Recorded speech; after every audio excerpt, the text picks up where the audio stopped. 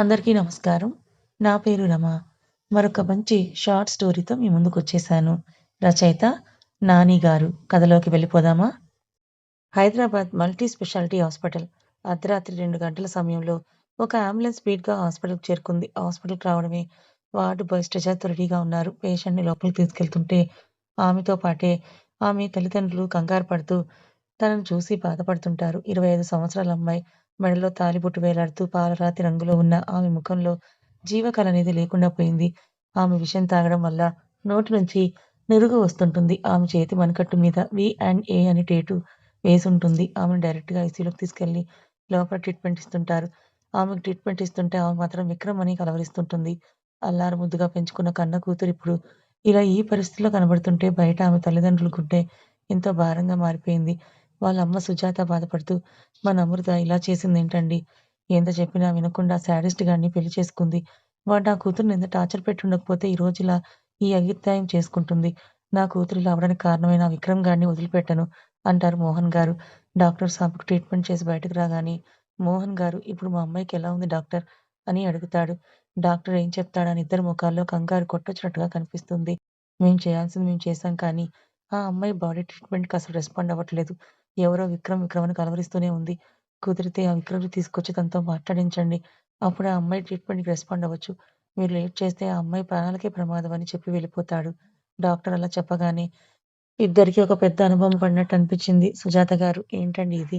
ఆ అబ్బాయిని తీసుకొస్తే గాని మన అమ్మాయి బ్రతకదంటున్నారు. ఆ అబ్బాయి మన అమ్మాయి కోసం అసలొస్తాడా?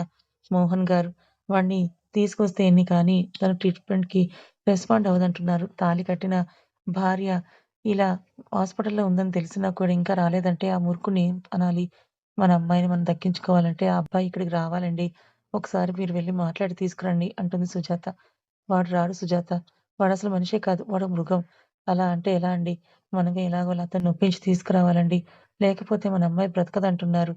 సరే నేను వెళ్లి మాట్లాడతాను. ఒప్పుకోకపోతే కాళ్ళు పట్టుకునైనా నా కూతురు కోసం వాడిని తీసుకొస్తానని మోహన్ గారు చెప్పి విక్రమ్ కోసం అతని ఇంటికి బయలుదేరతారు. అది ఒక అందమైన డూప్లెక్స్ హౌస్. రాత్రిపూట లైట్స్‌తో ఇంకా అందంగా కనిపిస్తుంది. ఇంటి ఎదురుగా గార్డెన్ మరియు పార్కింగ్ ప్లేస్‌లో 3 స్పోర్ట్స్ కార్స్ పార్క్ చేసున్నాయి. మోహన్ గారు ఇంటి దగ్గరకొచ్చి ఇంటి గేట్‌ని తీక్షణంగా చూస్తూ లోపలికి వెళ్ళాలా వద్దా అని ఆగిపోయారు. ఇంటి బయట గోడ మీద ఘట్టమనేని విక్రమ్ కుమార్ అని పేరు గోల్డ్‌తో రాసుంది. మోహన్ గారు గట్టిగా ఊపిరి పీల్చుకొని తన కూతురు కోసం గేట్ తీసి లోపలికి వెళ్తాడు. ఆయన ఇంటి లోపలికి వెళ్లి విక్రమ్ కోసం చూస్తాడు. అంత పెద్ద ఇంట్లో విక్రమ్ తప్ప ఇంకెవరూ ఉండరని తెలిసి ఆయనే ఇల్లంతా కూడా వెతుకుతాడు విక్రమ్ కోసం. కింద అన్ని గదులు చూసి ఎక్కడా లేకపోవడంతో పైన టెర్రస్ మీదకు వెళ్తాడు. పైన టెర్రస్ మీద ఒక టేబుల్ మీద ఖాళీ చేసిన మందు బాటిల్స్‌తో పాటు మరో బాటిల్‌ని తాగుతుంటాడు విక్రమ్. 6 అడుగుల ఎత్తుతో కండలు తిరిగిన శరీర ఆకారంతో తెల్లని చందమామ వలె మెరిసిపోతుంటాడు విక్రమ్.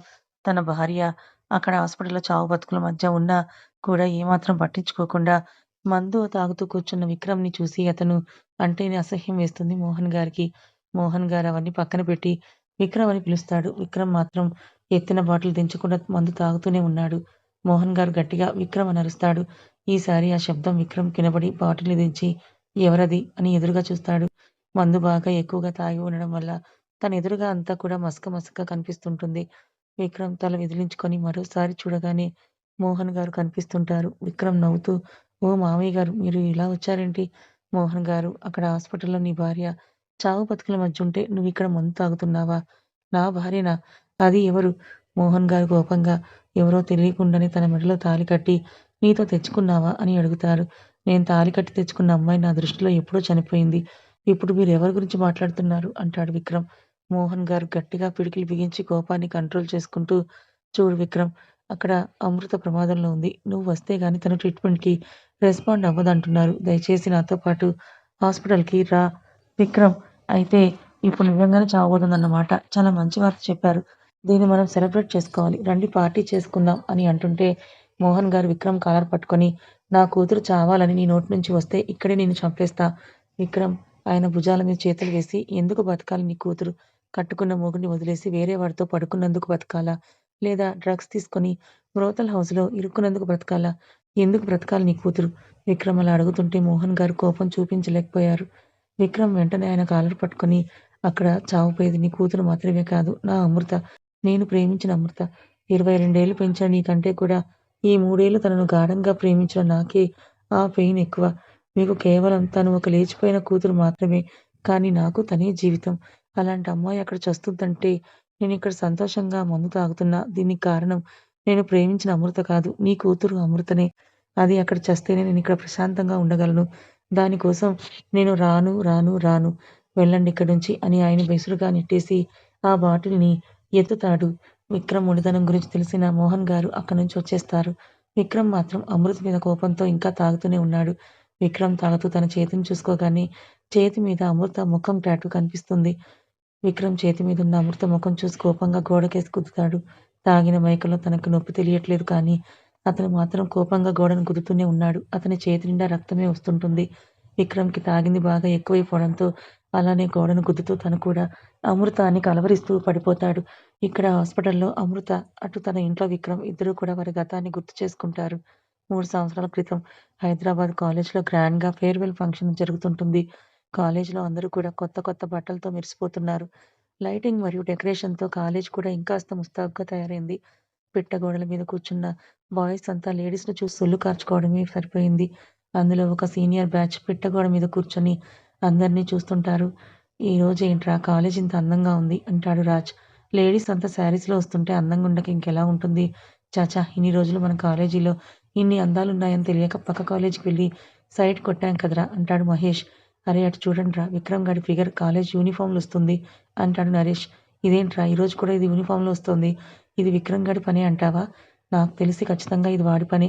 అందరూ శారీస్ కట్టుకొస్తారు. నువ్వు మాత్రం కాలేజ్ యూనిఫార్మ్‌లో వచ్చెయని బ్లాక్‌మెయిల్ చేసి ఉంటాడు అంటాడు రాజ్. ఇంతకీ విక్రమ్ ఏడి? అంటాడు నరేష్. అప్పుడే గేట్ నుంచి రెడ్ కలర్ స్పోర్ట్స్ కార్ లోపలికొచ్చి డైరెక్ట్‌గా అమృత ముందే ఆగుతుంది. స్టూడెంట్స్ అంతా అమృత వైపే చూస్తుంటే కారు నుంచి దిగిన విక్రమ్‌ని చూసి అమ్మాయిలందరూ నోరు తెరిచేస్తారు. వైట్ అండ్ బ్లూ కాంబినేషన్‌లో విక్రమ్ బయటకొచ్చి అమృతను కారెక్కించుకొని అక్కడి నుంచి తీసుకెళ్ళిపోతాడు. వీడేంట్రా అలా వచ్చి తీసుకెళ్ళిపోయాడు అంటాడు రాజ్. వాడు ప్రోగ్రామ్ వేరే చోట పెట్టుంటాడు కార్‌లో అని అంటాడు గోపి. అమృత ఏంటి విక్రమ్ అలా తీసుకొచ్చేసావు? అక్కడ కాలేజీ ఫేర్‌వెల్ జరుగుతుంది.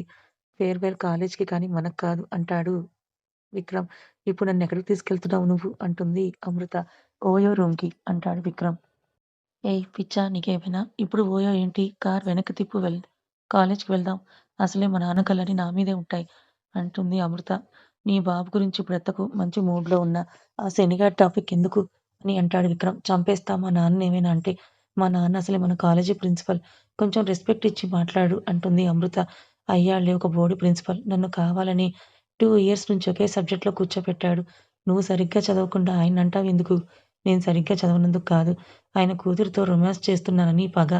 నువ్వు అన్నీ తప్పుగా అర్థం చేసుకుంటావు. సరే ఈ టాపిక్ వదిలేసి నన్నెక్కడికి తీసుకెళ్తున్నావో చెప్పు అంటుంది అమృత. మా ఇంటికి. ఇందాకేదో అన్నట్టు గుర్తు.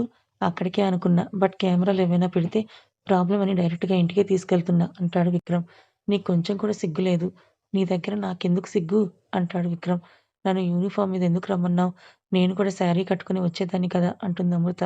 నిన్ను శారీలో చూస్తే ఇంటికి కూడా తీసుకురాకుండా అక్కడే కార్‌లో పని కానిచ్చేవాడిని. అందుకే ముందు జాగ్రత్తగా యూనిఫార్మ్ వేసుకురమ్మన్నా. ఇంటికి వెళ్ళేదాకైనా కొంచెం కంట్రోల్‌లో ఉంటాను అని అంటాడు విక్రమ్. నీకీ మధ్య రొమాంటిక్ సెన్స్ బాగా ఎక్కువవుతోంది అంటుంది అమృత. అది ఎంత ఎక్కువైనా నిన్ను దాటి వేరే వాళ్ళ దగ్గరికి వెళ్ళట్లేదు కదా! అప్పుడే విక్రమ్ ఇల్లు రావడంతో కార్‌ని తీసుకొని లోపలికెళ్తాడు. విక్రమ్ ఇంటిని చూడటం అమృతకి అదే మొదటిసారి కావడంతో స్టన్ అయిపోయి చూస్తుంటుంది. ఏంటి అక్కడే ఆగిపోయావు? లోపలికి రా అంటాడు విక్రమ్. నువ్వు రిచ్ అని తెలుసు కానీ మరీ ఇంత రిచ్ అని తెలీదు. అంబానీ కొడుకు కూడా ఈ రేంజ్ లగ్జరీ లైఫ్ అనుభవించాడనుకుంటా. విక్రమ్ ఆ మాటలు ఆపి లోపలికి రా అని ఆయన చెయ్యి పట్టుకొని డైరెక్ట్‌గా ఇంట్లోకి తీసుకెళ్తాడు. విక్రమ్ ఇంట్లోకి రాగానే తన మరదలు ఆయిషా కనబడుతుంది. విక్రమ్ ఆయిషాతో ఆయిషా ఎవరైనా వస్తే నా డోర్ నాక్ చెయి. కొంతసేపు మా ఇద్దరిని డిస్టర్బ్ చేయొద్దు అంటాడు. సరే బావ అంటుంది ఆయిషా. విక్రమ్ అమృతం తీసుకొని నేరుగా తన రూమ్‌లోకి లాక్కెళ్ళి డోర్ క్లోజ్ చేస్తాడు. అమృత తనని రూమ్ మొత్తం చూస్తుంటే, విక్రమ్ మాత్రం షర్ట్ తీసేసి వెనక నుంచి తనని ఎత్తి బెడ్ మీదకి విసురుతాడు. విక్రమ్ మనకి ఇంకా మ్యారేజ్ అవ్వలేదు. మనం లిమిట్ దాటకూడదు. ఈ జన్మకు నేనే నీ మొగుడిని. నువ్వే నా పెళ్ళాం. అవసరమైతే బ్రహ్మ కాళ్ళ మీద పడి మిగిలిన జన్మలు కూడా నిన్నే నా పెళ్ళాంగా చేసుకుంటా. నువ్వు కాసేపు సైలెంట్‌గా ఉండు అని తన యూనిఫార్మ్ ప్యాంట్ లేసి ఊడదీస్తుంటాడు. ఇది అంతా పెళ్ళయ్యాక కూడా చేసుకోవచ్చు అని అంటుంటే విక్రమ్ ఆమె పెదాలను అందుకొని తన మీదకు దొర్లుతాడు. అక్కడ కాలేజ్‌లో స్టేజ్ మీద కల్చరల్ ప్రోగ్రామ్స్ జరుగుతుంటే మోహన్ గారి ఆందోళన అంతా తన కూతురి మీదే ఉంది. తను ఎక్కడుందో అని అమృతకు ఫోన్ చేస్తూనే ఉన్నాడు. ఇక్కడ గదిలో అమృత ఫోన్ రింగ్ అవుతుంటే విక్రమ్ దానిని సైలెంట్‌లో పెట్టి పక్కన పడేసి ఆమె టాప్‌ని, ప్యాంట్‌ని తీసేసి అతను కూడా నగ్నంగా మారతాడు. కాలేజ్‌లో మోహన్ గారి మనసులో అనేకమైన ఆలోచనలు తిరుగుతున్నాయి. అమృతని విక్రమ్ తీసుకెళ్ళి ఉంటాడని ఆయన ముందు నుంచి టెన్షన్ పడుతున్నాడు. ఆయన అనుకున్నట్టుగానే విక్రమ్, అమృత ఇద్దరు పూర్తి నగ్నంగా ఒకరి మీద ఒకరు పడి శరీర విరహాన్ని తీర్చుకుంటూ మెడ మీద పంటితో గాయాలు చేసుకుంటుంటారు. వాళ్ళిద్దరిని విడదీయాలని మోహన్ గారు ఆ క్షణమే ఒక నిర్ణయం తీసుకుంటారు. తర్వాత రోజు ఆయన అనుకున్నట్టుగానే అమృతకి పెళ్లి చేసి ఫారిన్ పంపించేయాలని అమెరికా సంబంధాన్ని తీసుకొస్తారు. అమృతకి ఆ పెళ్లి చూపులు అసలు ఇష్టం లేకపోయినా కూడా తండ్రి బలవంతం మీద రెడీ అయ్యి కూర్చుంటుంది. విక్రమ్‌కి ఈ విషయం తెలిసి వెంటనే కారు వేసుకొని తన ఇంటికి వెళ్తాడు. అక్కడ నిజంగానే అమృతకి పెళ్లి చూపులు జరుగుతూ ఉంటే విక్రమ్ కోపంగా అమృత చెయ్యి పట్టుకొని పైకి లేపి ఆ అబ్బాయి ఎదురుగా వెళ్లి చూడు బాస్ మేమిద్దరం ప్రేమించుకున్నాం. పెళ్లి కూడా చేసుకోవాలి అని అనుకుంటున్నాం. అదే ప్రాసెస్‌లో ఎన్నో సార్లు కలుసుకున్నాం కూడా. నిన్న కూడా నా ఇంట్లోనే మేమిద్దరం కలిసి 24 నైట్ చేసుకున్నాం. ఇదంతా విన్నాక కూడా నువ్వు ఈ అమ్మాయిని చేసుకోవాలి అని అనుకుంటున్నావా? అని విక్రమ్ అడుగుతాడు. ఆ అబ్బాయి ఏం మాట్లాడకుండా వాళ్ళ అమ్మానాన్నలని తీసుకొని అక్కడి నుంచి వెళ్ళిపోతాడు. మోహన్ గారు కోపంగా "బంగారం లాంటి సంబంధాన్ని చెడగొట్టావు కదరా పాపాత్ముడా" అని అంటాడు. మీకు ఇంతకు ముందే చెప్పాను అమృత ఈ విక్రమ్‌దే అని. అయినా కూడా మళ్ళీ ఎందుకు ఇవన్నీ అని అడుగుతాడు విక్రమ్. ఎందుకంటే నీకు నా కూతుర్ని ఇవ్వడం నాకు ఇష్టం లేదు కాబట్టి అంటారు మోహన్ గారు. ఎందుకిష్టం లేదు? మీరు జీవితం మొత్తం సంపాదించినా నా ఇంట్లో కుక్కని కూడా పోషించలేరు. అంత డబ్బు నా దగ్గర ఉంటే ఇంకేం కావాలి మీకు? అని అడుగుతాడు విక్రమ్. డబ్బు ఈరోజుంటుంది, రేపు పోతుంది. నీలాంటి క్యారెక్టర్ లేని వాడికి నా కూతుర్ని ఇస్తే రేపు దానితో పాటు మేము ఏడుస్తూ కూర్చోవాలి అంటారు మోహన్ గారు. డబ్బు లేకపోతే మీ సొంత కుటుంబం కూడా మిమ్మల్ని పరాయి వాళ్ళగానే చూస్తుంది ప్రిన్సిపల్ సార్. ఈ రోజుల్లో డబ్బు ఉంటే చాలు అన్నీ అవే వచ్చేస్తాయి. మీరు అనే ఆ క్యారెక్టర్, గుణం ఇలాంటివి అన్నీ ఇన్‌స్టాగ్రామ్స్, కోట్స్‌లో బావుంటాయి. బయట మాత్రం చాలా చెండాలంగా ఉంటాయి. నా దగ్గర డబ్బు ఉంది అని నీ కూతురు కోసం నేను రాలేదు. తన మీద ప్రేమ ఉంది కాబట్టే తన కోసం నేనొచ్చాను. మీరు మా పెళ్ళికి ఒప్పుకోకపోతే ఈ క్షణమే తనని నాతో పాటు నేను తీసుకెళ్ళిపోతాను అని అంటాడు విక్రమ్. అది నా కూతురు. నేను చెప్పందే ఈ గడప కూడా అది దాటదు అంటారు మోహన్ గారు. నా మీద ప్రేమతో మీరు చెప్పకుండానే నా బెడ్‌రూమ్ వరకు వచ్చింది. అలాంటిది నేను పిలిస్తే నా అమృత నాతో పాటు వచ్చి తీరుతుంది అంటాడు విక్రమ్. మోహన్ గారు అమృతతో "అమృత ఇదే నీకు చివరి అవకాశం. నీకు ఆ శాడిస్ట్ గాడు కావాలా? లేదా నేను కావాలా? వాడి దగ్గర డబ్బు ఎక్కువగా ఉందని మోసపోకు. వాడి సైకోయిజం నీకు బాగా తెలుసు. చిన్న మాట అన్నందుకే లెక్చరర్ మీద యాసిడ్ పోశాడు. రేపు నిన్ను కూడా అలా ట్రీట్ చెయ్యడు అని గ్యారంటీ ఏంటి? బాగా ఆలోచించుకొని నీ నిర్ణయం ఏంటో చెప్పు. ఇటువైపు ఉంటే నా కూతురిగా ఉంటావు. అటువైపు వెళ్తే ఈ ఇంట్లో నాకు ఉన్న ఒక్కగానొక్క కూతురు చచ్చిపోయిందని అనుకుంటాను. ఏదో ఒకటి ఇప్పుడే తేల్చి చెప్పు అని అంటారు మోహన్ గారు. అమృత బాగా ఆలోచించి విక్రమ్ చేయి పట్టుకొని ఈ ఇంట్లో మహా అయితే ఇంకొక 2 ఏళ్ళు ఉండి, ఆ తర్వాత పెళ్లి చేసుకొని ఎవడో ఇంటికి వెళ్ళి అక్కడ బాధపడుతూనే ఉంటాను. 20 ఏళ్ళు పెంచినందుకు నా జీవితం మొత్తం ఏడుస్తూ కూర్చోలేను. నేను విక్రమ్‌తోనే వెళ్తాను అని అంటుంది. మోహన్ గారు కోపంగా అమృత బట్టలన్నీ బయటపడేస్తూ ఇప్పుడే ఇక్కడి నుంచి వెళ్ళిపోండి ఇద్దరు. నా కూతురు ఈ క్షణమే చచ్చిపోయింది. విక్రమ్ అమృతను తీసుకొని తన ఇంటికి కాకుండా రిజిస్టర్ ఆఫీస్‌కే తీసుకెళ్ళి తన ఫ్రెండ్స్‌ని సాక్షులుగా ఉంచి ఒక మంచి ముహూర్తాన అమృత మెడలో తాళి కడతాడు. ప్రస్తుతం హాస్పిటల్‌లో అమృత కండిషన్ ఉండే కొద్దీ సీరియస్ అవుతూ ఉంటే సుజాత గారు కంగారుగా అటు ఎంట్రన్స్ వైపు, ఇటు తన కూతురు ఉన్న గది వైపే చూస్తూ అక్కడే తిరుగుతుంటారు.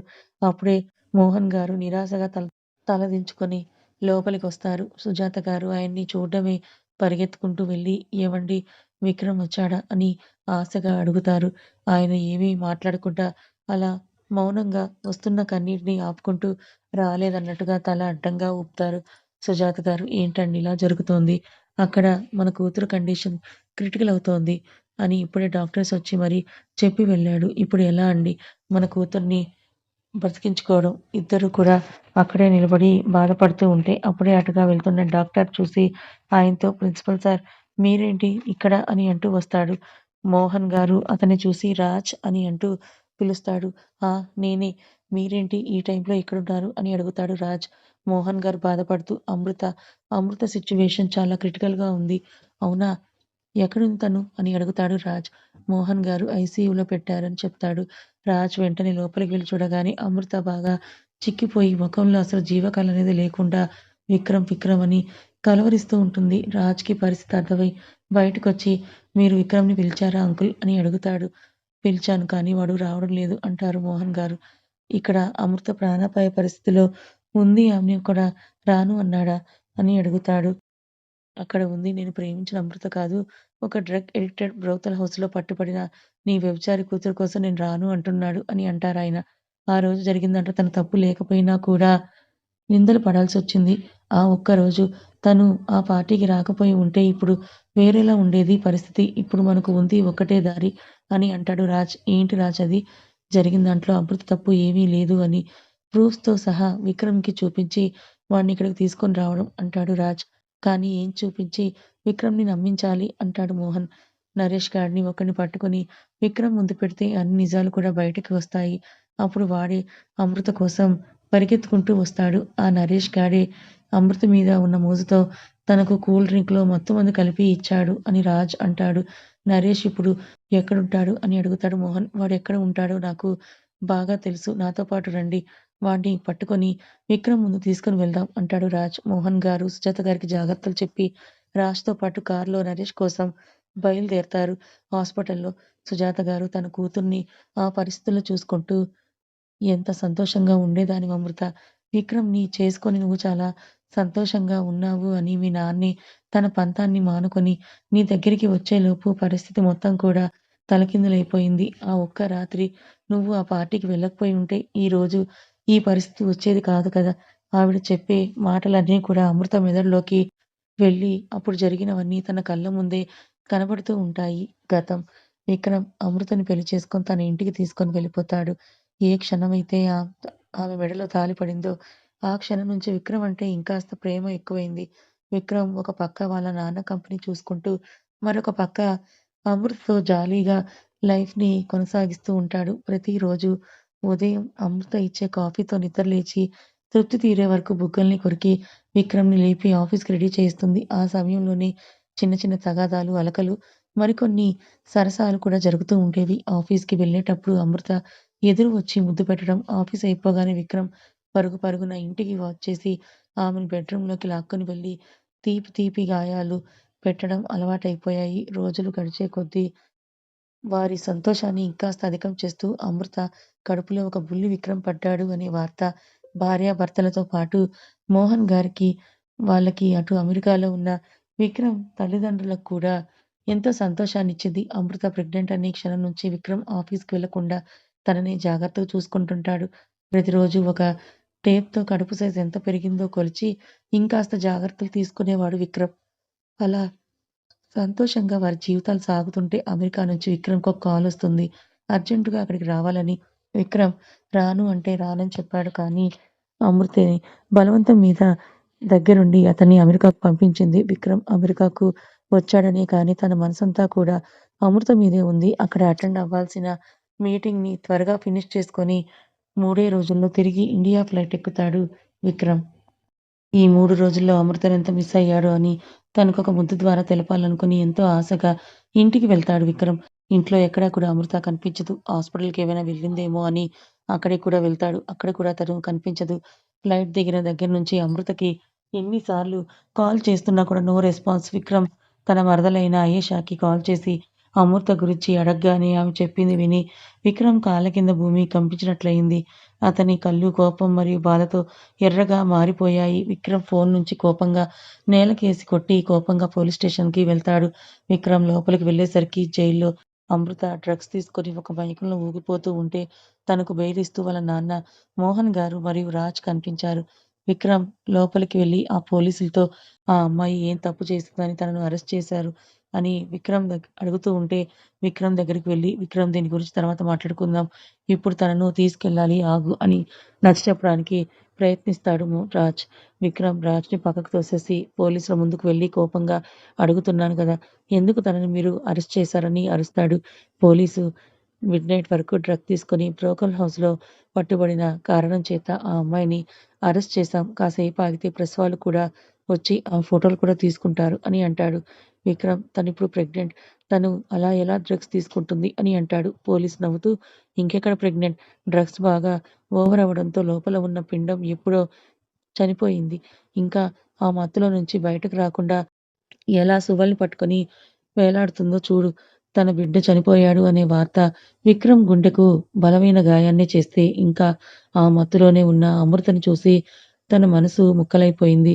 విక్రమ్ తనని చీదరించుకొని ఆ క్షణమే అక్కడి నుంచి వెళ్ళిపోతాడు. మోహన్ వాళ్ళు ఆమెను అతి కష్టం మీద జైలు నుంచి బయటకు తీసుకొని వచ్చి హాస్పిటల్‌లో జాయిన్ చేస్తారు. కొన్ని రోజులకి అమృత స్పృహలోకి రాగానే తన కడుపులో ఉన్న బిడ్డ చనిపోయిందని తెలిసి తను కూడా అక్కడే పడి ఏడుస్తూ ఉంటుంది. ఆమె చుట్టూ అందరూ ఉన్నారు కానీ విక్రమ్ లేకపోయేసరికి అతని కోసం ఇంటికి వెళ్తుంది. అమృత లోపలికి వస్తుంటే విక్రమ్ కోపంగా "అక్కడే ఆగు. మళ్ళీ ఎందుకొచ్చావిక్కడికి" అని అరుస్తాడు. అమృత ఏడుస్తూ "మన బిడ్డ చనిపోయిందంట విక్రమ్" అని అంటుంది.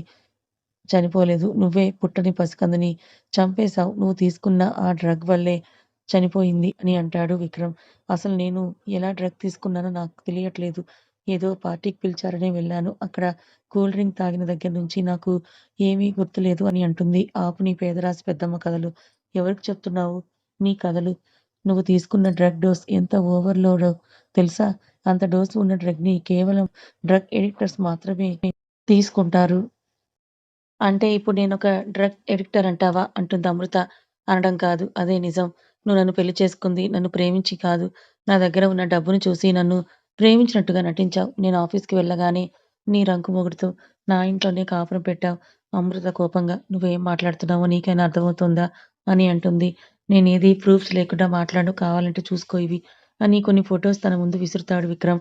కింద ఉన్న ఫోటోస్‌లో అమృత మరియు నరేష్ ఇద్దరూ కూడా ఒకరి మీద ఒకరు పడుకొని ఉన్నారు. వాటిని చూడగానే అమృత మైండ్ మొత్తం బ్లాక్ అయింది. తన చుట్టూ ఏం జరుగుతుందో తనకు ఏమీ తెలియట్లేదు. అమృత వాటిని చూసి విక్రమ్ ఇవేవీ నిజాలు కావు. కావాలని మనిద్దరిని విడదీయాలని ఎవరో ఈ పన్నాగం పన్నుతున్నారు అని అంటుంది. అచ్చా! నిర్దాక్షిణ్యంగా నిర్దాక్షిణ్యంగా పట్టుబడిన తర్వాత ఏ పతివ్రతైనా ఇలాంటి డైలాగులే చెప్తుంది అంటాడు విక్రమ్. విక్రమ్ మన మధ్య ఉన్న ప్రేమలో నువ్వు నన్ను అర్థం చేసుకుంది ఇంతేనా? అంటుంది అమృత. అవును. చాలా తప్పుగా అర్థం చేసుకున్నాను అని నాకు ఈ మధ్య జ్ఞానోదయమైంది. మర్యాదగా బయటకు వెళ్ళిపో. నిన్ను చూస్తుంటేనే నాకు కంపరం వేస్తోంది. ఇంక నా ముందు ఉన్నావంటే ఏం చేస్తానో నాకే తెలీదు. వెళ్ళిక్కడి నుంచి.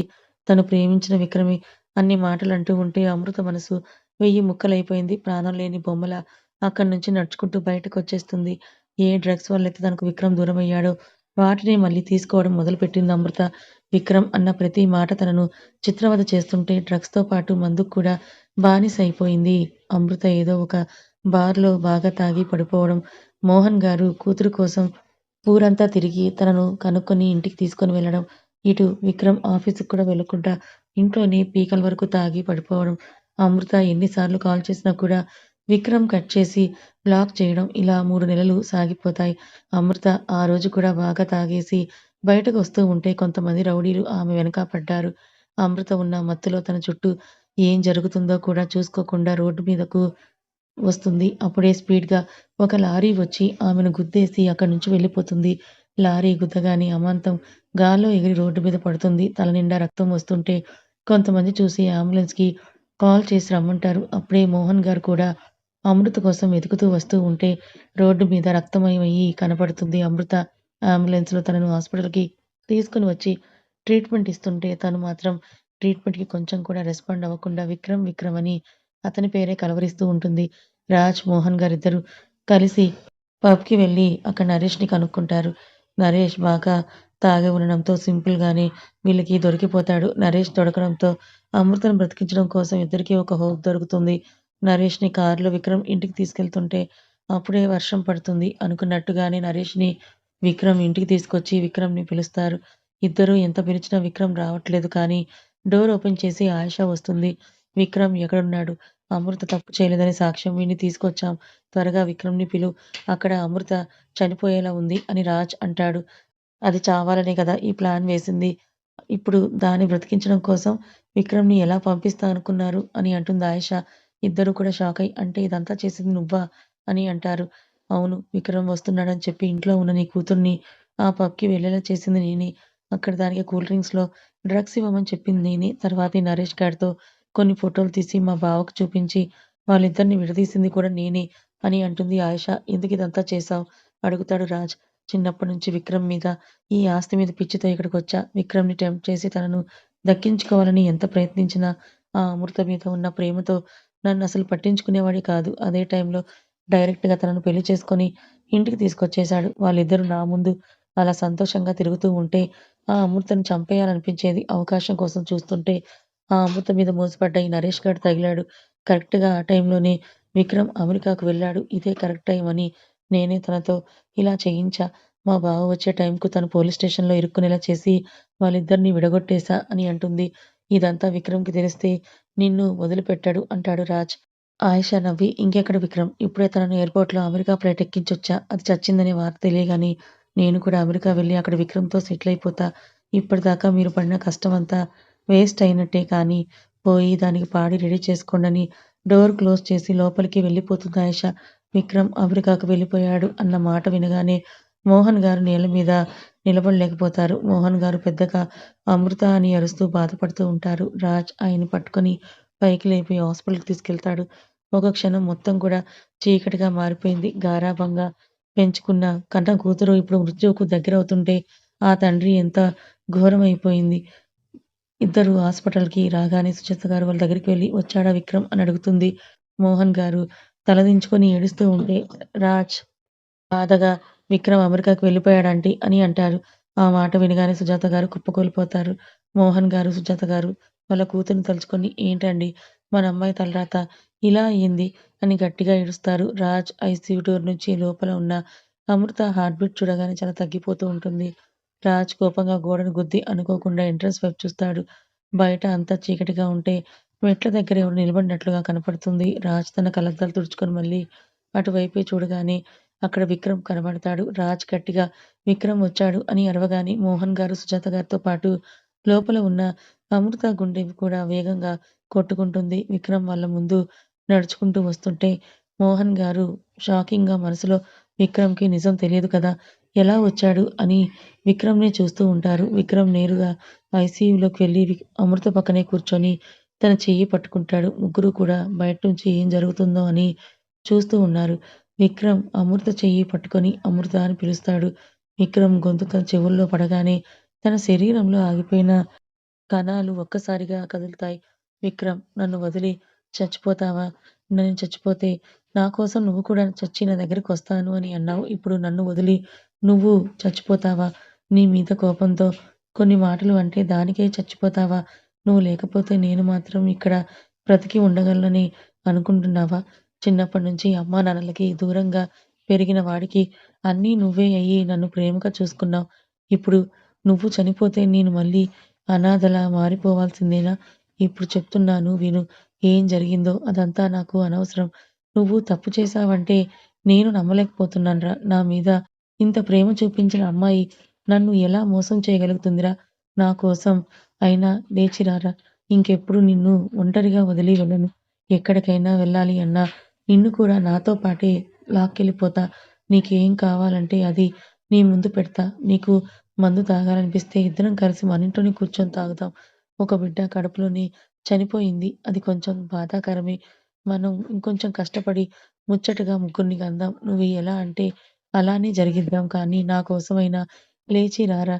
నీ మీద కోపంతో ఇండియా వదిలి అమెరికా వెళ్ళిపోవాలని ఫ్లైట్ కూడా ఎక్కి కూర్చున్నా. కానీ అప్పుడే నాకర్థమైంది నా ప్రపంచమే ఇక్కడ చావు బ్రతుకుల్లో ఉంటే అక్కడికి వెళ్ళి నేను ఏం చేస్తాను? నాకు నువ్వు తప్ప ఇంకెవరు ఉన్నారే? అమృత ఇది జాగ్రత్తగా విను. నువ్వు తప్పు చేసినా చేయకపోయినా నా ప్రపంచం మాత్రం నువ్వే. అమృత బ్రతికితేనే ఈ విక్రమ్ బ్రతికి ఉంటాడు. లేదంటే చచ్చాక ఇద్దరం కలిసి పైలోకంలో కలుసుకుందాం. నా కోసం నువ్వు లేచి వస్తావా? లేదా నేనే నీ కోసం చచ్చి పైకి రమ్మంటావా? ఏదో ఒకటి నువ్వే తేల్చేయి. నేను కౌంటింగ్ మొదలు పెడుతున్నా. 10 లెక్కపెట్టేలోపు నువ్వు రాకపోతే నేనే వచ్చేస్తా. విక్రమ్ ఐసీయూ డోర్ లాక్ చేసి అక్కడ ఉన్న అద్దం పగలగొట్టి, ఆ అద్దం ముక్కని తన గొంతు మీద పెట్టుకొని కౌంటింగ్ మొదలుపెడతాడు. 10 విక్రమ్ కూడా సూసైడ్ చేసుకుంటున్నాడని రాజు వాళ్ళు లోపలికి రావడానికి చూస్తారు. 9, 8, 7, 6, 5, 4 రాజ్ ఇలా కాదని వెనక్కి వెళ్ళి ముందుకు పరిగెత్తుకుంటూ వస్తుంటాడు. విక్రమ్ కళ్ళు మూసుకొని అద్దం ముక్కని తన గొంతుకు దగ్గరగా పెట్టి 3 అని లెక్క పెడతాడు. విక్రమ్‌తో గడిపిన మధుర క్షణాలు అమృత మెదడులో తిరుగుతుంటాయి. విక్రమ్ మొండితనం గురించి తెలిసిన అమృత లేవడానికి చిన్నగా వేలు కదుపుతుంది.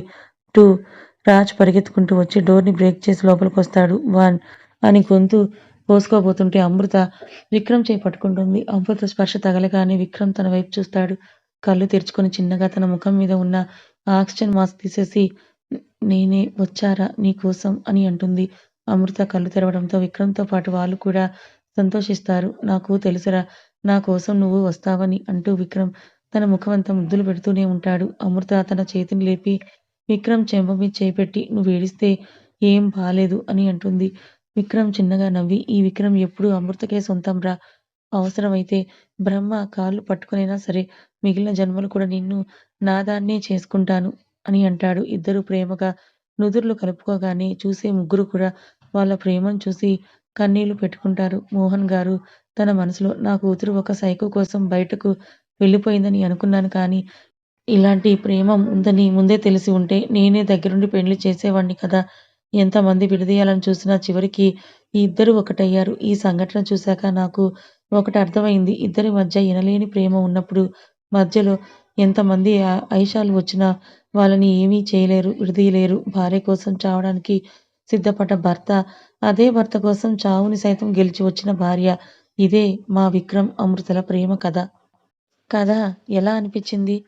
అంటే నిజమైన ప్రేమ ఉంటే తనకి తన భార్య తప్పు చేయలేదని నమ్మి తనను బ్రతికించుకోవడానికొచ్చాడు విక్రమ్. ఇదంతా వేరే వాళ్ళ కుట్రని తెలియకపోయినా తన భార్య ప్రేమ అతన్ని కదిలించింది. చావు బ్రతుకుల్లో ఉన్న అమృతని తన ప్రేమే బ్రతికించింది. అంటే విక్రమ్ ప్రేమ. విక్రమ్ చనిపోతాడని తెలిసి తను బ్రతికి అతన్ని బ్రతికించుకుంది. మరి ఈ కథ మీకెలా అనిపించింది? నచ్చిందా? ఈ కథ నచ్చితే లైక్ చేయండి. ఇలాంటి మరిన్ని షార్ట్ స్టోరీస్ కోసం, అలాగే నీ ప్రేమ కోసం అనే సీరీస్ కోసం మన ఛానల్‌ని సబ్స్క్రైబ్ చేసుకోండి. Thank you so much.